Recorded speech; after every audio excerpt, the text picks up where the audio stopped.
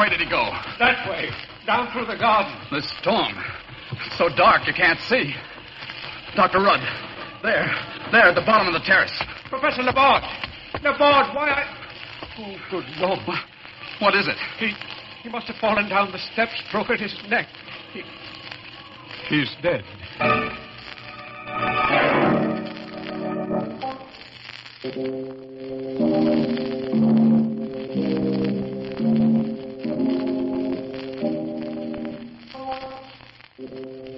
Midnight, the witching hour when the night is darkest, our fears the strongest, and our strength at its lowest ebb. Midnight, when the graves gape open and death strikes. How? You'll learn the answer in just a minute in The Kabbalah.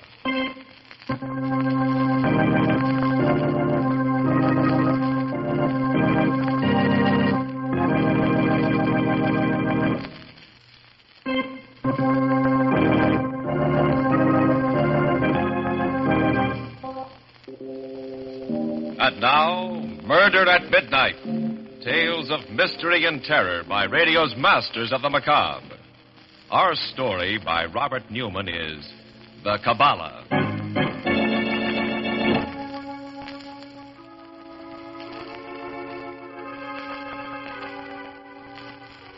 A rambling house on the outskirts of a small university town. And in the house, a room that seems more like the cell of a medieval alchemist than the study of a college professor. Its walls lined with ancient volumes and astrolabes and other curious instruments. Bent over his desk, Dr. Rudd does not hear the knock on the door at first. But when it's repeated, he says, "Come in." Alan's going, Father. He wanted to say goodnight to you. Oh, yes, Alan. Good night. I was terribly sorry to hear about the decision of the Board of Trustees, sir. I mean, they're refusing to give you a grant to go on with your research. Oh, that. Well, it doesn't matter. I've about decided to give up the whole project anyway. Your book? Yes. Father, you're not serious. I thought you were almost finished with it. I am. All but the last chapter. I just can't seem to write that without additional research. And without the last chapter, why, the rest of the book is meaningless. Well, isn't there anyone you could talk to about it, sir? Anyone who could help you? I doubt it, Alan. I think I know as much about the occult as anyone in the world. Except perhaps one man. Who's that, Father? The man I studied under at the University of Paris. And I haven't heard from him in over 10 years. I'm not even sure that he's still alive. Too bad this is the 20th century, not the 12th. How so, Dr. Rudd? Oh, it would have been very simple then. A pentacle, a pair of corpse candles, and I could summon up someone who would make things very easy for me. Yes, right now I really believe I would sell my soul for the help I need. Father, you mustn't say things like that, even as a joke. Well, you're right, Barbara. And no one knows it better than I. Well, good night, Alan. See you in the morning. Right, Dr. Rudd. Good night.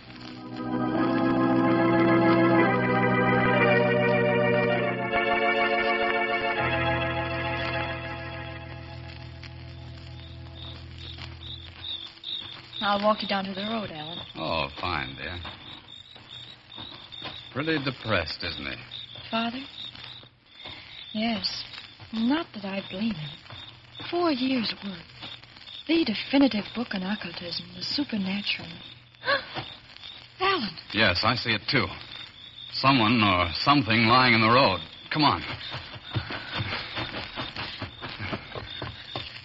An old man, and he's dressed so strangely. He looks like an Arab.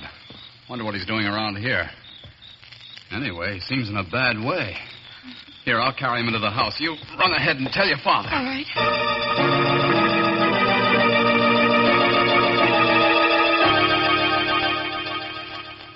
In here, Alan, in my study. All right. They put him on the couch. What's wrong with him? Well, it's hard to say, but I think it's just exhaustion. Oh, his pulse is very weak. Barbara, call Dr. Stevens. Of course, Father. He's opening his eyes. Where? What is this place? No, it's all right. You're among friends. We're sending for a doctor. A doctor? Oh, you're kind, but it's too late. Allah stretches his hand out for me. Nonsense. All you need is some food, rest. No, I'm dying. But if you are indeed friends, one last request. Will you grant it? If we possibly can.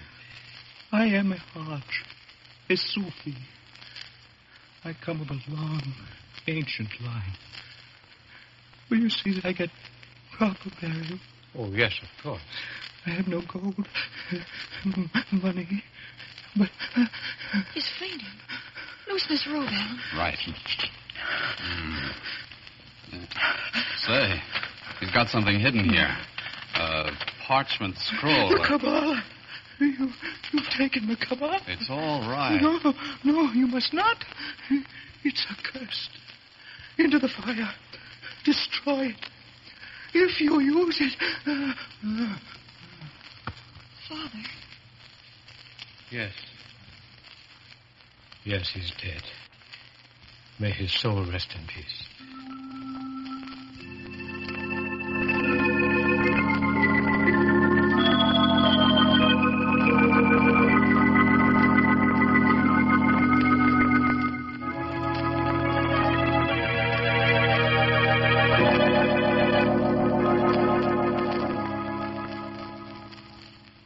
You're very quiet tonight, Dr. Rudd. Thinking about the funeral? Huh? Our Arab friend? Oh, yes, Alan. Partly. And partly about this parchment he had hidden in his robe. It seems to be a form of the Kabbalah. That's right. That's what he called it when he got so excited. Wanted you to destroy it. But the Kabbalah is just the science of letters and numbers, isn't it? It's much more than that, Barbara. It's the science of the mystical attributes of letters and numbers. The basis for almost all occultism. But this system is different from any I ever saw before. Different? How? Well, this particular system tells how a question can be written out, the letters changed into numbers and manipulated. And when the numbers are changed back into letters, they will answer the question. Listen, Professor, what do you say we try it? Try it? Sure. Of course, it's a lot of nonsense, but, well, why not? Oh, well, all right. There's paper and pencils on my desk. What are you going to ask, Father? Oh, something simple, something we can check. Me, I'm going to ask something really practical. Okay, Professor, let's go.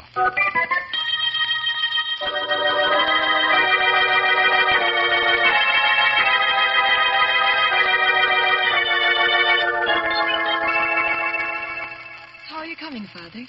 Almost finished. Now, let's see. Zadek, Mem, Vav. Great Scott. What is it? Look at this. Here's my question. Will we have any visitors today? Mm-hmm. And here's the answer. 2 visitors. Professor Laborde and someone else. Professor Laborde. Do you remember my telling you yesterday that there was one person in the world who could give me the help I needed to finish my book? Yes. That man was Professor Laborde. Father, you don't really believe it, do you? I don't know. Told you I haven't seen or heard from him in 10 years. But just the same... Dr. Rudd, look. Look here, I got something, too. What is it, Alan? Well, here's my question. How can the professor get the money to continue with his research? Yes. Here's the answer. Call Mark Endicott. What? Of course. Why don't you, Father? He's always been interested in you and your work. Well, I just never thought of it. I'll go in and call him right away.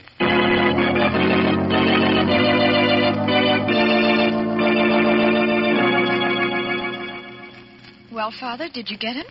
Yes. Yes, it's very strange. In what way? He said that he'd been thinking about me a good deal lately, and he's driving out here this evening to see me. There. That's the answer to your question. 2 visitors.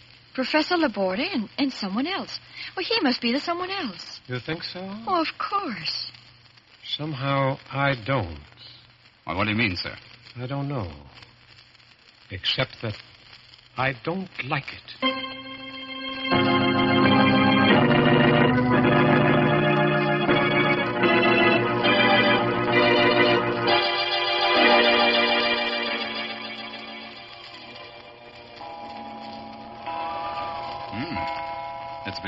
look as if our Kabbalah's a washout after all. What makes you say that? Well, 11 o'clock and no sign of either Laborde or Endicott. I can't understand it. Endicott definitely said that he was driving out here and that he was leaving immediately. He probably changed his mind because of the storm. Well, it's still pretty bad out, isn't it? Yes, but it's not like him. You'd think he'd phone us and let us know. Oh, perhaps that's he now. Hello? Yes? This is Professor Rudd speaking. Who? Oh, yes. What? But that's impossible. I spoke to him only a few hours ago, and... Why, I can't believe it. You're sure? Oh, I see. But thank you. Thank you very much. Goodbye. Who was it, Father? That was Mark Endicott's attorney. His attorney? What did he want? Mark Endicott was killed at about 6 o'clock this afternoon. Killed? On his way here, an auto accident. His attorney called to tell me Endicott had left me a $5,000 bequest for research. What? Father, the Kabbalah. It said you were to call him for the money to continue your work. It didn't actually say he was coming out here. No. Wait a minute. You mean you really think I that... don't know, Alan. But I do know that if I hadn't called him, he wouldn't have started driving here in the storm. He wouldn't have had the accident and been killed. And I probably wouldn't have gotten the money. But, Father, if it's true, if it has some sort of supernatural power, then what about Professor Laborde? It did say he was coming. Oh, please, Barbara, I told you I don't know. Endicott was my friend. Now he's dead. And somehow I feel as if Father, the door. Yes. Yes, let's see who it is. Great Scott, Professor. If it is Laborde, do you realize what this means? Yes, Alan. If it is, why, the thing's priceless. Absolutely priceless. Why, I don't... I beg your pardon. I'm sorry to trouble you, but... Come in, Professor Laborde. Come in. We've been expecting you for some time now.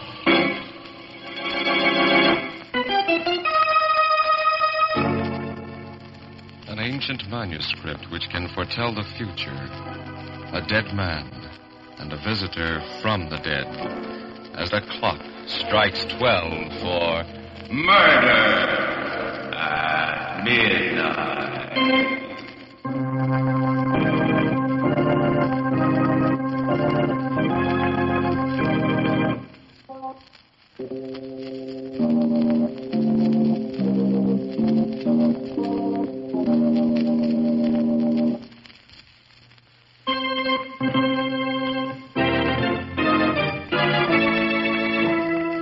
And now, back to Murder at Midnight and the Kabbalah.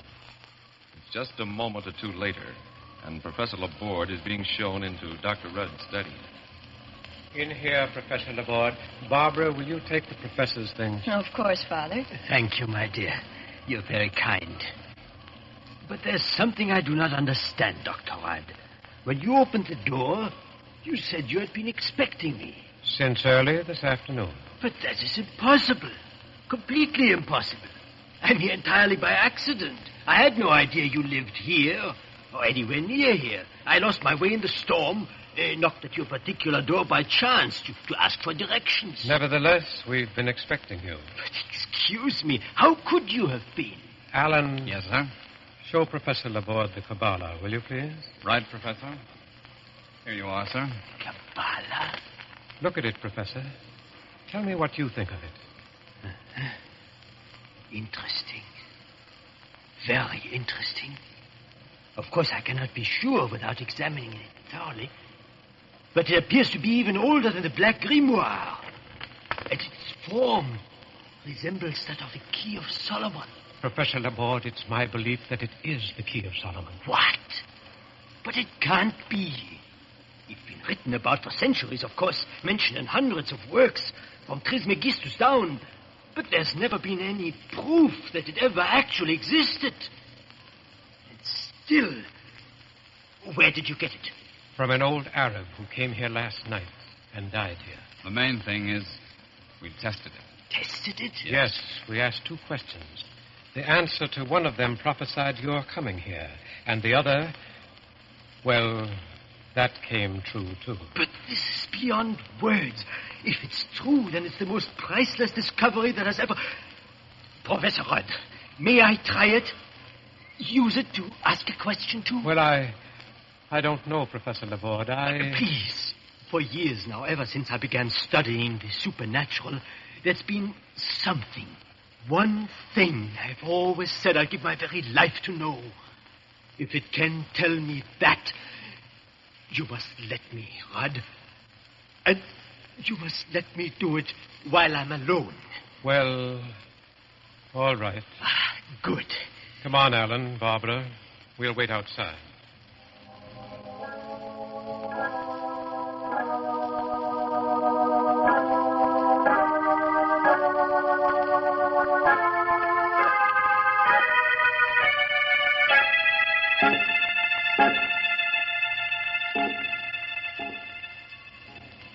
What time is it now, Professor? It's 20 hours. He's been at it for quite a while. Yes. If he doesn't call us in another minute or two, we'll go in. I'm probably being very silly, but I don't like this, any of it. Why not, Barbara? I don't know, but... What's that? It's Professor Laborde. Come on. Professor Laborde, what is it? What's happened? What are you doing? He's burning something in the fire. Father, it's his hands. He's holding them in the fire, burning. Great Scott, Professor Laborde, stop. Stop. Have you gone mad? Fire! Only fire can burn my hands clean again. I asked. Now I must pay. Laborde. Let me go. Let go. I am coming. I'll pay. Professor Laborde, come back. Quick, Alan. Okay. Which way did he go? That way. Down through the garden. The storm. It's so dark you can't see. Dr. Rudd. There, at the bottom of the terrace. Professor Laborde. Laborde, why... Oh, good Lord. Well, what is it? He must have fallen down the steps, broken his neck. He's dead.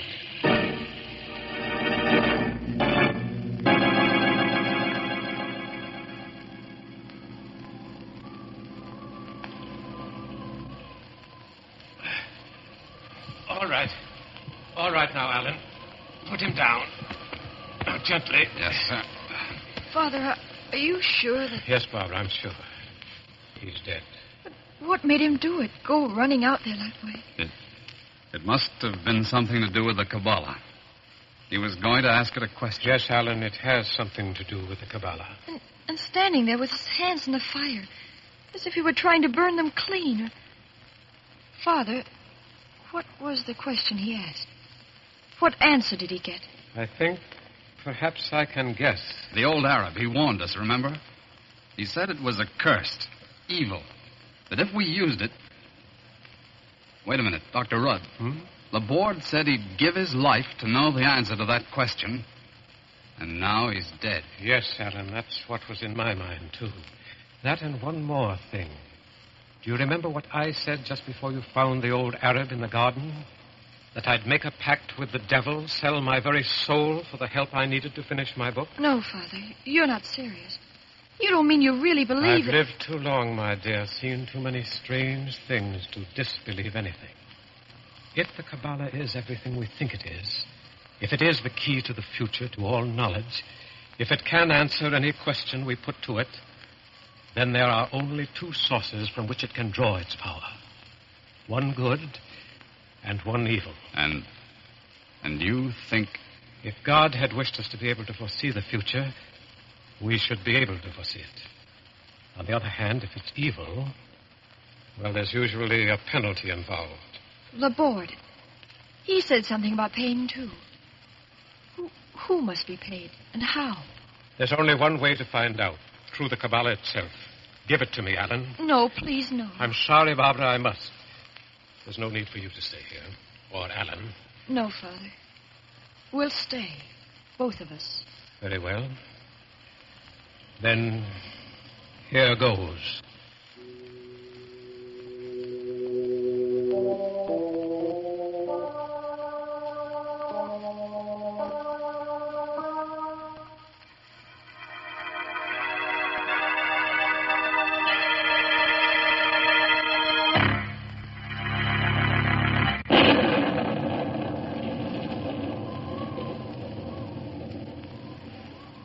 shivering, darling. Are you cold? Shall I build up the fire? No, Elmer, I'm not cold. What was that? It sounded like the outside door opening. Maybe Father, what is it? Are you finished? Yes. Yes, I'm finished. And what? Look, here's the question. Who must be paid and how? And here's the answer. Turn around, and you will see.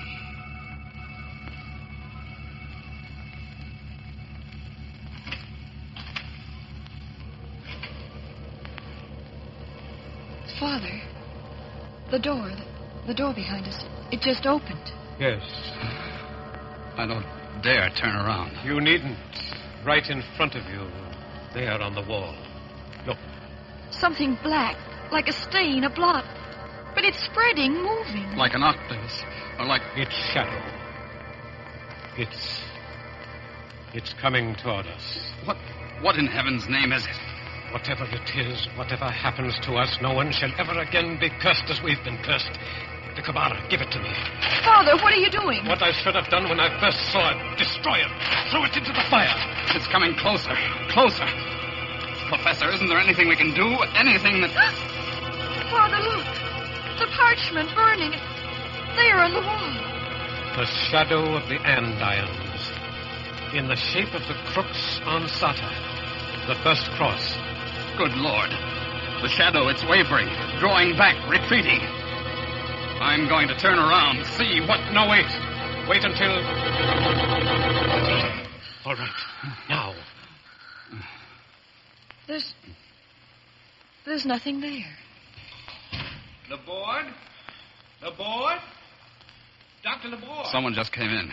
Who's there? Who is that? Oh, excuse me. I'm terribly sorry. I'm looking for someone. An old man with white hair and white beard. His name's...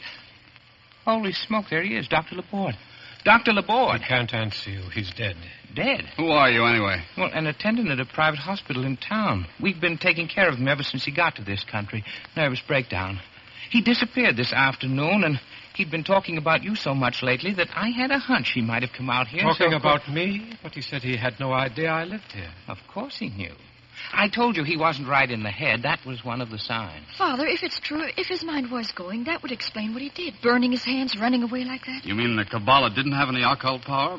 What about the money from Endicott? Oh, just a coincidence. And what just happened? That shadow we saw on the wall? Well, it was only a shadow. It could have been just our imagination. Yes, Barbara, it could have been. But somehow, I don't think it was.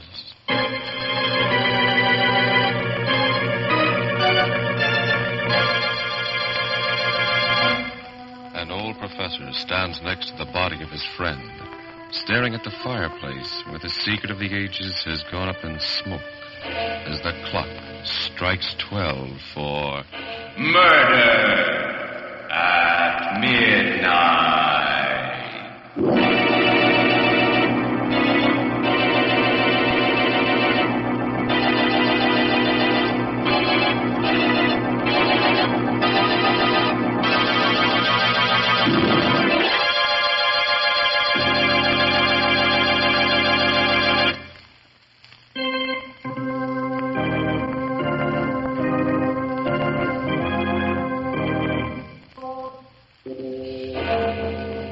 Remember to be with us again when death whispers from the darkness in an unknown tongue, and the clocks strike 12 for murder at midnight. The part of Dr. Rudd was played by James Van Dyke. With music by Bert Berman, Murder at Midnight was directed by Anton M. Leader.